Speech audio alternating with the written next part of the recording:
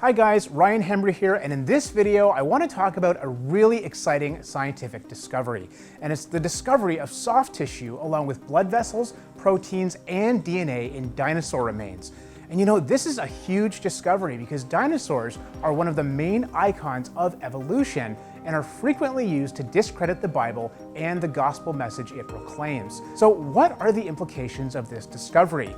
I mean, does this bring into question everything we know and have been taught about the origin of dinosaurs? And what does the Bible have to say about dinosaurs, if anything? Well, I hope that you'll join me as I investigate this.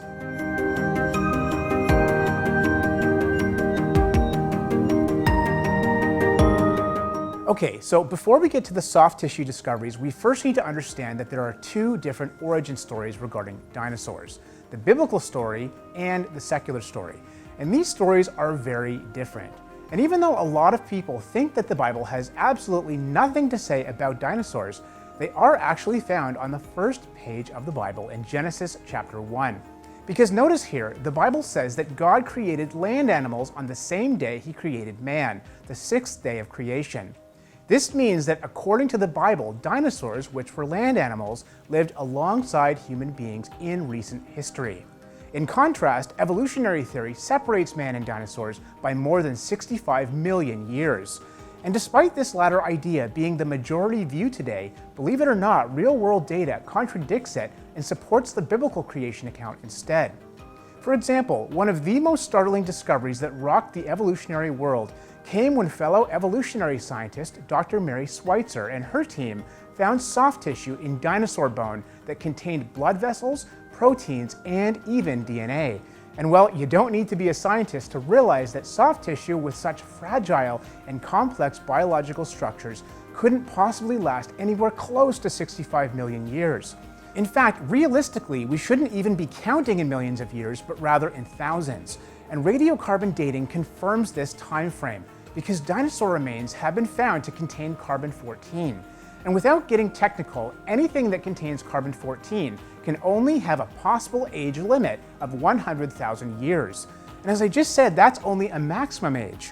However, biblical considerations suggest an age of even much less than this. For example, a straightforward and plain reading of the Bible puts creation at around 6,000 years ago, with the global flood of Noah occurring approximately 1,500 years later.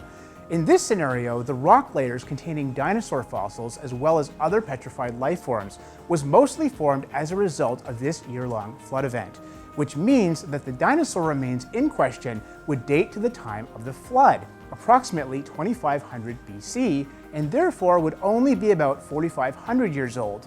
But remember, some dinosaurs survived the flood on Noah's Ark, and so could be even younger than this.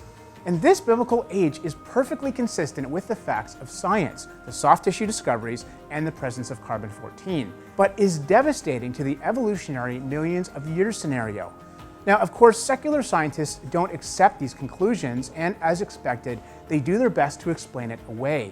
But their proposed solutions don't work. For example, regarding soft tissue, they have attempted to come up with various ways that it could last 65 million years and beyond. But even with the best preservation conditions, such delicate biological structures could only last a small fraction of that time. And as far as the presence of carbon-14 in dinosaur remains goes, they claim that the samples have been contaminated. In other words, they're saying that C14 has somehow been added to the samples. But as scientist Dr. Jonathan Sarfati points out, even if contamination were to blame, we should only expect contamination in the rare isolated case. But in almost every single case where fossils are supposedly thought to be millions of years old, we find radiocarbon. Since radiocarbon in ancient bone is the norm, the appeal to contamination amounts to special pleading. If almost every single case of ancient bone were contaminated, the radiocarbon method would be worthless as a radiometric technique. Furthermore, carbon-14 is also found in other ancient things like diamonds. And the thing about diamonds is that as the hardest substance on Earth, they are quite impervious to contamination. So carbon-14 remains a huge problem for secular scientists. Hence, the scientific discoveries surrounding dinosaurs confirm that what the Bible tells us about them is true and accurate. The Bible continues to prove itself as a trustworthy account of history. All right, guys, that's it for this one. But before you go, please consider giving this video a thumbs up if you liked it. And if you really liked it, I hope that you'll subscribe to this channel if you haven't already. And please share these videos with your friends. We want to get this information to as many people as we can, and I can't do it alone. So thanks for watching, and I'll see you next time.